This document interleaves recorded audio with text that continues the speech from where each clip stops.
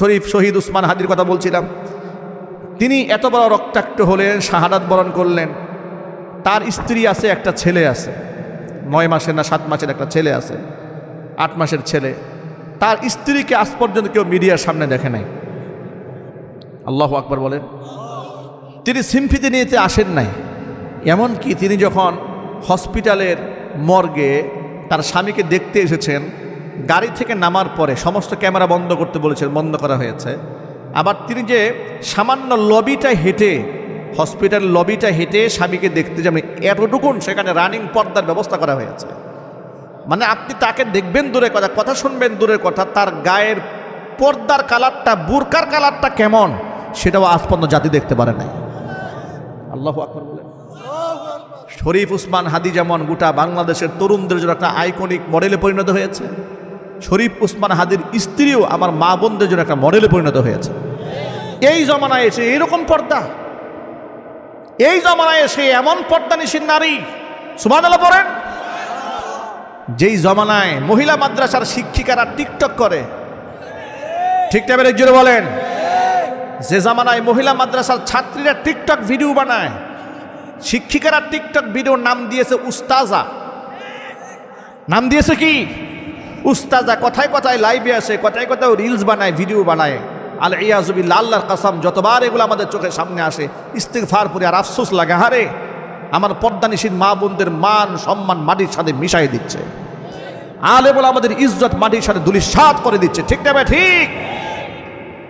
গতকাল এক বয়ানে বলেছি, এইরকম তথাকথিত উস্তাজা 1000 যদি এক পাল্লায় দেওয়া হয়, শহীদ শরীফ উসমান হাদির স্ত্রীর একটা জুতার মূল্য এদের চেয়ে বেশি হয়ে যাবে। প্রিয় মায়েরা বোনেরা, শরীফ উসমান হাদির ওয়াইফকে আপনারা ফলো করুন। সেই আল্লাহর নবী সাল্লাল্লাহু আলাইহি ওয়াসাল্লামের স্ত্রীদেরকে ফলো করে, ফাতেমাতুজ জাহরা রাদিয়াল্লাহু তাআলা আনহাকে ফলো করে। এই জমানায় এসেও এইরকম ধর্মীয় স্বাতন্ত্র্য নিয়ে চলা যায়, তার উজ্জ্বল দৃষ্টান্ত শরীফ উসমান হাদির স্ত্রী। প্রিয় ভাইয়েরা আমার, ঋতুবর্তী নারীদেরকে তারা ঘরে থাকতে দিত না, বাহিরে শোয়া রাখত। এইভাবে নারীদেরকে অবজ্ঞার অমূল্যায়ন করা হতো, অবমূল্যায়ন করা হতো। 1500 বছর আগের বক্তব্য বাদ দিয়ে দিলাম। এই যে স্বল্প মাত্র 200-300 বছর আগের কথা, আমাদের পার্শ্ববর্তী দেশ ভারতে সতীদাহ প্রথা ছিল, সতীদাহ প্রথা।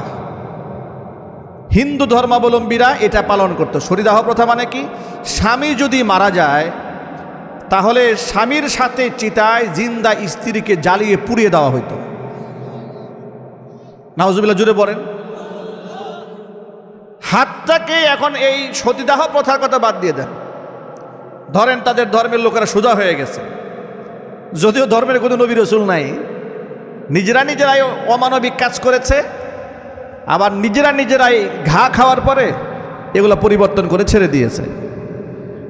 আজকের এই দিন পর্যন্ত পৈতৃক সম্পত্তির মধ্যে হিন্দু মেয়েদের কোনো ওয়ারিশ অধিকার নাই, আজকের এই দিন পর্যন্ত নাই। সুতরাং সমালোচনা যদি আমাদের দেশের বুদ্ধিজীবীরা করতে মনে চায়, নারীবাদীরা যদি কোনো জনগোষ্ঠী কিংবা ধর্মগোষ্ঠীর সমালোচনা করতে মনে চায় যৌক্তিক কারণে, সেই সমালোচনা হওয়া উচিত হিন্দু ধর্মের বিরুদ্ধে, ঠিক না? বেরিয়ে বলেন। আজকের এই দিন পর্যন্ত পৈতৃক সম্পত্তির মধ্যে মেয়েদের কোনো অধিকার নাই। যেহেতু পৈতৃক সম্পত্তির মধ্যে মেয়েদের অধিকার থাকে না, এই জন্য হিন্দু মেয়েদের যখন বিবাহ হয়, দেখবেন যে মেয়ে বিয়ে করার সময়, বাড়িতে বউ আনার সময় মোটা অঙ্কের যৌতুক দাবি করে বসে। দেখবেন মেয়ে বিয়ে দেওয়ার সময় তারা খুব স্বর্ণ টর্ণ হাবিজাবি দিয়া, একেবারে দরিদ্র হলে চেষ্টা করে মোটামুটি গহনা টহনা দিয়া বিদায় করতে। কারণটা কি? মানে যা দেওয়ার জন্মের মতো একবারে দিয়ে দে, ঠিক না? বেরিয়ে বলেন। ইসলাম কি এরকম? না।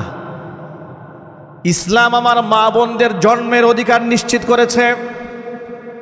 জন্মের পরে নারীর সম্মান কিভাবে রক্ষা করেছে লক্ষ্য করেন। নবী করিম সাল্লাল্লাহু আলাইহি ওয়াসাল্লাম বসে আছেন, এমন সময় হুজুর একজন সাহাবীর সামনে বসা, অনেক সাহাবীরাই বসে আছেন। একজন সাহাবীর কাছে তার একটা পুত্র সন্তান, ছোট্ট বালক দৌড়ে এলো। সাহাবী ওই বাচ্চাটাকে কুলে নিল, গালে মুখে চুমা খেলো, নিজের কুলের মধ্যে বসিয়ে দিল। কিছু সময় পরে ওই একই সাহাবীর আরেকটা ছোট্ট মেয়ে সন্তান এসেছে।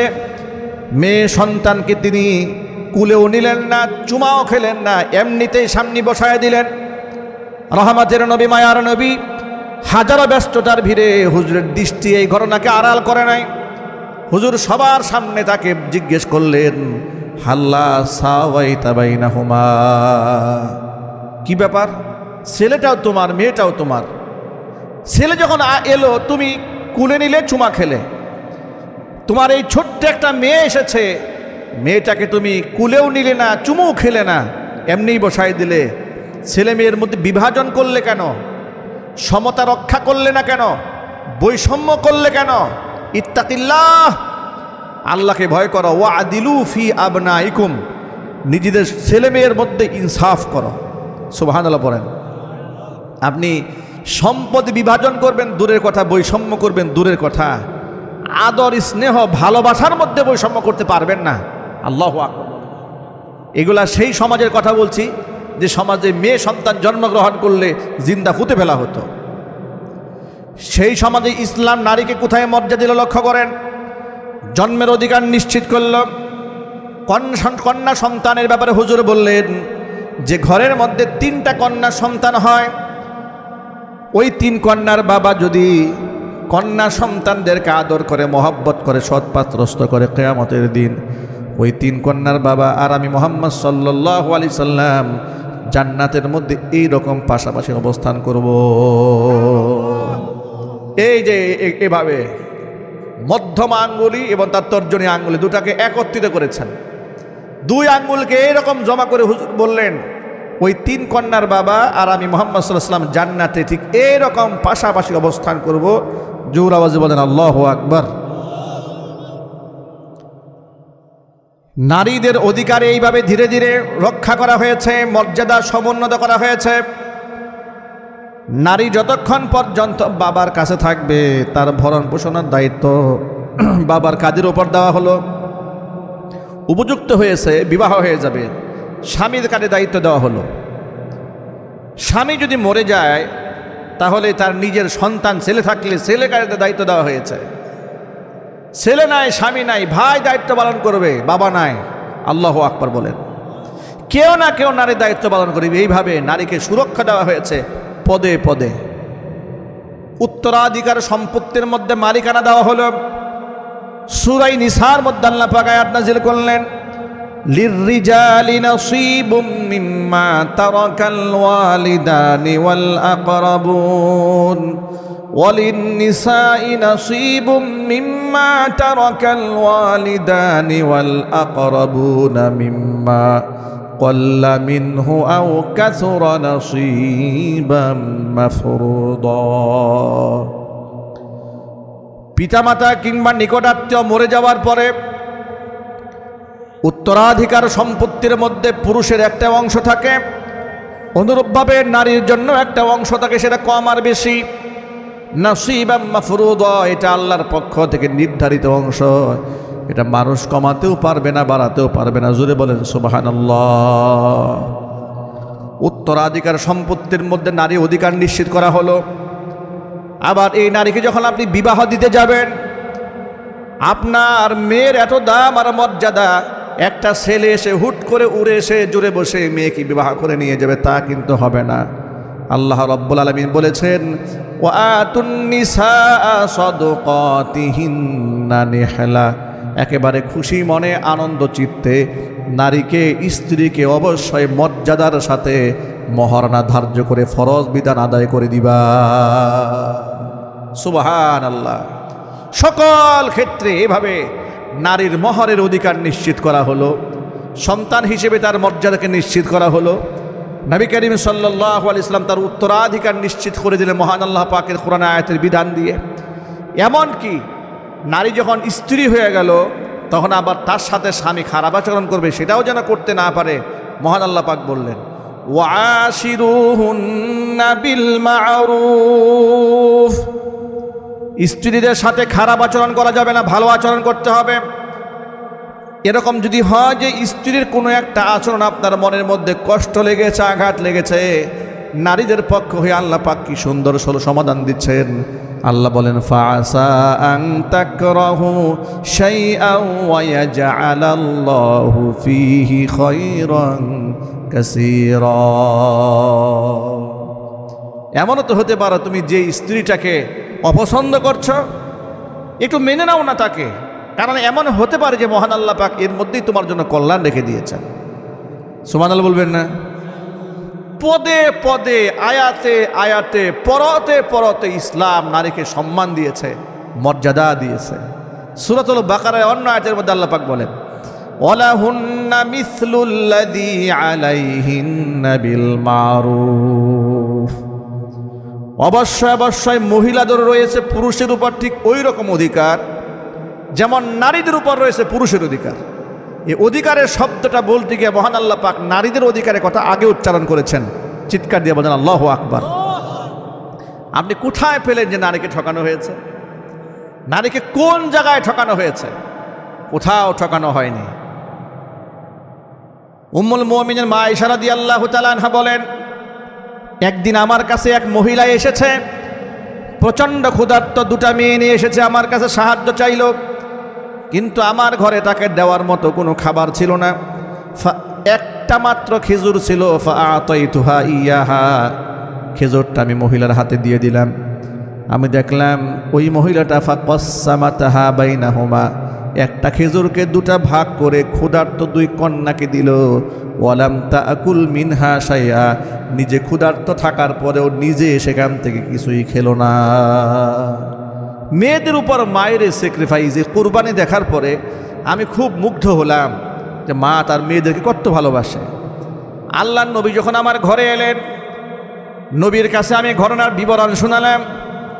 আল্লাহর নবী আমার কাছ থেকে বিবরণ শোনার পরে হুজুর বললেন, মানুবতুলিয়া বিহাদিহিল বানাতি মিন শাইইন কুন্না লাহু সিতরাম মিনান নার।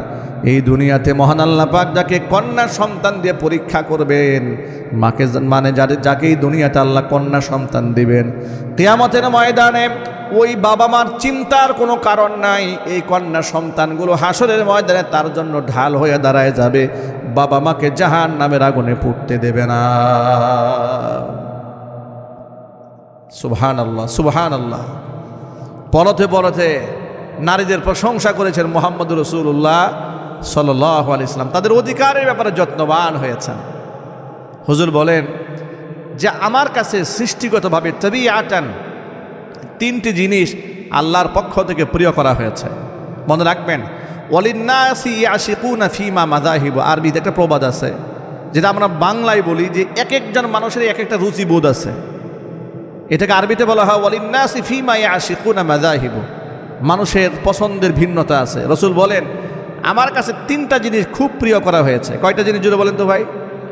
তিনটি জিনিস। আমি জানি আপনাদের আবার শুনতে ডিস্টার্ব হচ্ছে, কিন্তু কিছু করার নাই, আমার সময় কম হাতে, নির্ধারিত সময় আমাকে ছেড়ে দিতে হবে। ভাইয়ের আমার, আল্লাহ নবী সাল্লাল্লাহু আলাইহি ওয়াসাল্লাম বলেন তিনটা জিনিস আমার কাছে প্রিয়। এক নাম্বার, হুব্বিবা ইলাইয়ান নিসা, নারীদেরকে আমার কাছে অবহেলার পাত্রী বানানো হয় নাই, ঘৃণার পাত্র করা হয়নি, নারীদেরকে আমার কাছে প্রিয় করা হয়েছে। জোরে বলেন সুবহানাল্লাহ, জোরে বলেন সুবহানাল্লাহ। নারীদেরকে আমি ঘৃণা করি, তাদেরকে মহব্বত করি, এদেরকে আমি পছন্দ করি, এদেরকে আমি মর্যাদা দেই, এদের অধিকারের ব্যাপারে আমি কথাবার্তা বলি।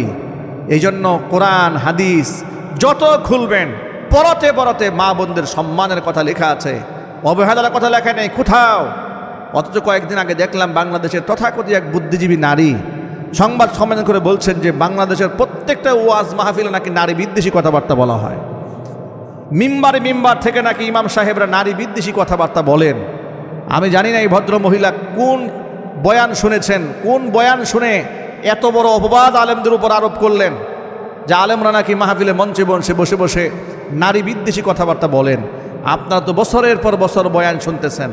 এই যেখানে আমার অনেক মুরব্বী বাবারা আছেন যে জন্মের পর থেকে ওয়াজ শুনতে শুনতে 60 বছর 70 বছর চলে গেছে। আপনারা বলেন তো, হুজুররা ওয়াজের প্যান্ডেলে বসে নারীদের বিরুদ্ধে কথাবার্তা বলে? আরও জোরে বলুন। নারীদের অধিকার সম্পর্কে কথা বলে। হ্যাঁ, কিসের বিরুদ্ধে বলেন? নারীদের অধিকারের নামে পশ্চিমা সংস্কৃতির বিরুদ্ধে কথাবার্তা বলেন। ঠিক না জোরে বলেন?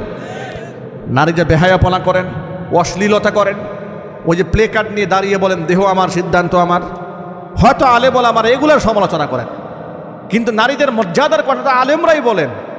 আলেম ছাড়া আমার মায়েদের মর্যাদার কথা কে বলেন? পৃথিবীর কোন দর্শন বলে পিতামাতার চেহারার দিকে তাকালে সওয়াব হবে? পৃথিবীর কোন দর্শন বলে মায়ের পায়ের নিচে সন্তানের জান্নাতে রয়েছে? পৃথিবীর কোন দর্শন বলে স্ত্রীর সাথে সুন্দর আচরণ করা? পৃথিবীর কোন দর্শন বলে এই পৃথিবীতে আমি যদি কাউকে সিজদা করতে বলতাম, স্বামীর পায়ে সিজদা দিতে বলতাম নারীদেরকে? এই যে ব্যালেন্স, এটা পৃথিবীর কেউ দিতে পারে না, এটা দিয়েছে ইসলাম। চিৎকার দেখুন আল্লাহু আকবার। আল্লাহ নবী বলেন 3টি জিনিস প্রিয় করা হয়েছে আমার কাছে।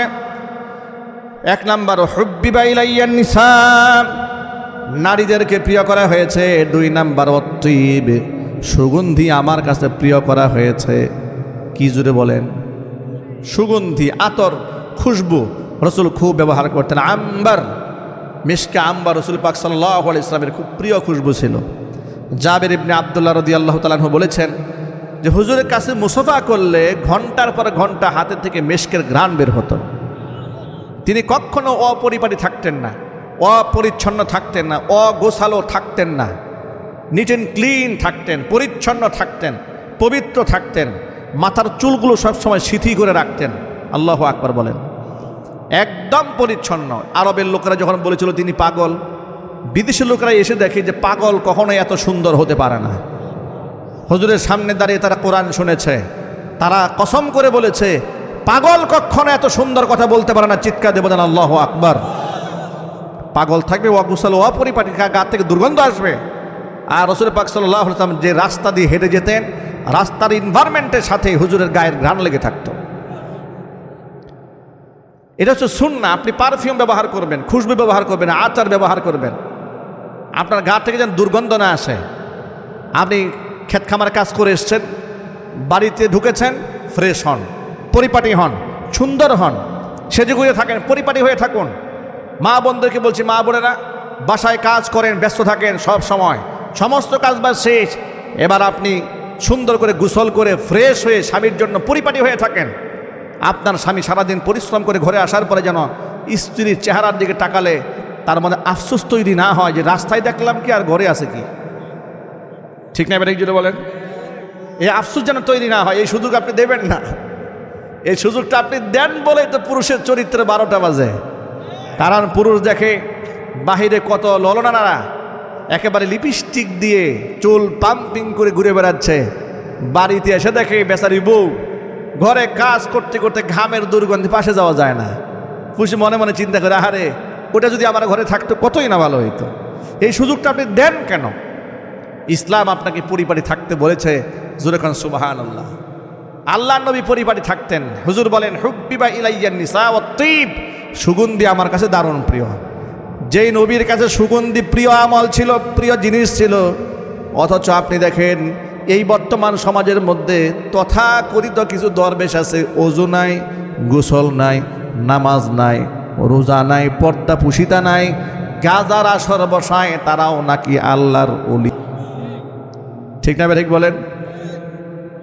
কত জায়গায় যে ল্যাংটার মাজার আছে বাংলাদেশে, ল্যাংটা সুলাইমানের মাজার, নাউজুবিল্লাহ পড়েন, ফসি পাগলার মাজার, বদনা শাহর মাজার, মস্তান বাবার মাজার, এগুলো হচ্ছে মাজারের নাম। আমরা এগুলার বিরুদ্ধে আচরণ করি। তখন এই দেশের কিছু কুখ্যাত মাজার পূজারীরা আমাদেরকে বলে ওনারা ওলিয়া উলিয়ার দুশ্মন, ওনারা ওয়াহাবি বক্তা, ওলিয়া উলিয়া পছন্দ করে না। আরে বাপরে, আমরা তো ওলিয়া উলিয়াকে পছন্দ করি, ওলিয়া উলিয়ার নাম বিক্রি করে তোমাদের মতো গাঞ্জাখুরদেরকে পছন্দ করি না। ঠিক না বেটা? জুড়ে বলেন। তুমি যে নাপাক হয়ে থাকো, তোমার শরীর থেকে যে গাজার গন্ধ আসে, তোমার শরীর থেকে যে এত বাজে গন্ধ আসে, পাঠার শরীর থেকে এত নিকৃষ্ট গন্ধ আসে না, এই খবিশের শরীর থেকে এমন গন্ধ আসে। শেরপুরে মাহফিল করে বাসায় ফিরছি, হঠাৎ করে শ্রীবর্তী এলাকায় রাস্তার পাশে বিশাল ঢুল তবলা বাজতেছে। দিনের বেলায় দেখলাম, গাড়ি ব্রেক করে তাকায় দেখে জানালা দিয়ে কবরটাকে লোকেরা প্রদক্ষিণ করে, কাবা ঘরকে আমরা যেরকম তোয়াফ করি, এরা ঢুল বাজাচ্ছে আর তাদের মাজারটাকে তোয়াফ করছে। তা আমার মনের মধ্যে, তখন বয়স একটু কম ছিল, এখন তো অনেক বুড়ো হয়ে গেছি। এই যে আমাকে বয়ানের মধ্যে বলে আমি নাকি উদীয়মান বক্তা, উদীয়মান তরুণ বক্তা। আমার ওয়াজের বয়স 16 বছর। কত বছর? উপস্থাপক বলে আমি নাকি উদীয়মান বক্তা। উপস্থাপকের লেখাপড়া করার আগে আমি দাওরা শেষ করছি 2008 সালে। বয়ান করি মাঠে 16 বছর হয়েছে। তো যাই হোক, যে কথা বলতে চেয়েছিলাম, তো সেখানে তো বয়স একটু কম, মনের মধ্যে একটু কিউরিসিটি জাগ্রত হলো যে এরা আসলে ভিতরে করেটা কি একটু দেখে আসে। খুব বাজাচ্ছে ঢোল তবলা, বা গাড়ি থেকে নামলাম, প্রচণ্ড ধুলামুলা পড়ে আছে, জুতা পায়ে দিয়ে ঢুকছি। ঢোকার পরে খাদেম কয়েকটা ধরছে আমার চেহারা আবার দেখে পাগড়ি পুগড়ি পরা, খারাপ ভাষায় বলে নাই, আমাকে বলে হুজুর এখানে জুতা পরে চলা যায় না, বিয়াদবি হয়। কত বড় আদব বললা, পায়খানা করে পানি নেয় না। ও আমার আদব শেখাচ্ছে, মাত্র গাঞ্জা টেনে উঠছে, আদব শেখাচ্ছে আমারে। আমি বললাম আপনাকে দেখতে আসছি, আপনাদের পীর সাহেব কোথায়? তাই পীর সাহেব রুমের মধ্যে আছে। আমি বললাম একটু ডাকেন, আমি দেখা করব। আমাকে বলে যে দেখা করবে কিনা একটু জিজ্ঞেস করে নেই আগে। আচ্ছা বলেন, আমার পরিচয় দিয়ে বলেন, প্রয়োজন আমার একটু কার্ডটা নেন, ওনাকে দেখান যে আমি এলাকায় মাহফিল আসছিলাম, যাওয়ার পথে একটু পীর সাহেবের সাথে সাক্ষাৎ করবো আমি। এরপরে পীর সাহেব আমার কার্ডটা দেখলেন, উনি বের হয়েছেন। আল্লাহর কসম, আল্লাহর কসম, আল্লাহর কসম, তার হাতে এত বড় বড় নখ। আমি আল্লাহর নামে 3 বার কসম করলাম, কসমের কাফারা যদি মিথ্যা কথা বলে আপনাকে কাফারা দিতে হবে। 3 বার কসম করে বললাম, তার হাতে বড় বড় নখ। উনি বের হলেন, মুসাফা করে আমাকে হাত বাড়ালেন। আমি ঘৃণায় যে এই লোকের সাথে মুসাফা করবো, মাত্র গাঞ্জার আসর থেকে উঠে আসছে, গন্ধে দাঁড়ানো থাকা যাচ্ছে না, কিন্তু হাত তো বাড়াই দিছে। পরিবেশ রক্ষার্থে হাতটা দিলাম বাড়াইয়া, করলাম মুসাফা করার পরে পরিচয় টরিচয় দেওয়ার পরে আমি বললাম, দেখেন প্রায় সময় দিক দিয়ে যায়, ঢুল তবলা দেখে আর এই তোয়াফ দেখে খারাপ লাগছে, এই জন্য দাঁড়াইছি। আমাকে বলে হুজুর আপনাকে পরিচয় যেহেতু পেলাম, তাহলে এক কাজ করি, আপনারা দিয়ে একটা ওয়াজের ব্যবস্থা করি। আমি মনে মনে চিন্তা করি, আমার ওয়াজ শুনলে আমার পিঠের ছাল তোলা আমার একটাও রাখবি না। কি বলেন আপনারা? ওরা আমাকে জ্যান্ত রাখবে, ওরা তো পুঁতে ফেলবে আমাকে। আমি বললাম যে ভাই, আপনারা এই যে কাজগুলো করেন এটা আমার কাছে ভালো লাগে না, আমি দাঁড়ালাম, একটু আপনাদের পরিচয় হতে আসলাম। এই ভদ্রলোক আমাকে 3-3টা বই উপহার দিলেন, আমাদের সম্পর্কে জানতে হলে এই বইগুলো পড়ুন, দিল আমার কাছে। তো জানা বই তো পড়ার দরকার নেই আমার, কিন্তু আমি যে এদের অবস্থা দেখে আমি হতবাক হয়ে গেলাম। আহারে, নামাজ নাই, রোজা নাই, নারী পুরুষ একসাথে লাফাচ্ছে, গান গাইতেছে, ডিজে পার্টি চলতেছে, তোয়াফ করতেছে। এরা নাকি তাসাউফ পন্থী লোক, এরা নাকি আল্লাহর ওলি। এই যদি আল্লাহর ওলি হয় তো শয়তানের দুষ্ট কারা? ঠিক না? ঠিক জোরে বলেন ভাই। এই আল্লাহর ওলির অবস্থা। আপনারা বলেন রসুলের সুন্নতের সাথে এদের কোনো সম্পর্ক আছে? আরো জোরে বলেন। যার মধ্যে রসুলের সুন্নত নাই সে কি আল্লাহর ওলি হতে পারবে কোনো দিন? এরা জাহান্নামের পন্থের লোক। তার কারণটা বলি আপনাদেরকে, এটা আমার বক্তব্য নয়। নবী করিম সাল্লাল্লাহু আলাইহি সাল্লাম বলেছেন, তাফাররাকাত বানু ইসরাঈল আলা সিনতাইনি ওয়া সাবঈনা মিল্লাহ। বনি ইসরাইল সম্প্রদায়ের লোকেরা 72টা দলে বিভক্ত হয়ে গিয়েছিল। ওয়া সাতাফতারিকু উম্মতি আলা সালাসি ওয়া সাবঈনা মিল্লাহ। আমি মুহাম্মদ সাল্লাল্লাহু আলাইহি সাল্লামের উম্মতরা 73 দলে ভাগ হবে। কুল্লুহুম ফিন্নার, সবগুলো যাবে জাহান্নামে, ইল্লা মিল্লাতান ওয়াহিদা, একটা মাত্র দল জান্নাতে যাবে। সাহাবায়ে কেরাম প্রশ্ন করলেন, মা হিয়া ইয়া রাসূলুল্লাহ, যে দলটা জান্নাতে যাবে তার পরিচয় বলেন। হুজুর বলেন, মা আনা আলাইহি ওয়া আসহাবি, যে আদর্শের উপর আমি নবী আছি, আমার সাহাবীরা আছে, সে আদর্শিক কাতারটাই জান্নাতীদের কাতার। আল্লাহু আকবার বলেন।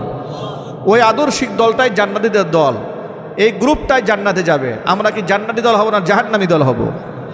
আল্লাহ যেন কবুল করে, জোরে কোন আমিন।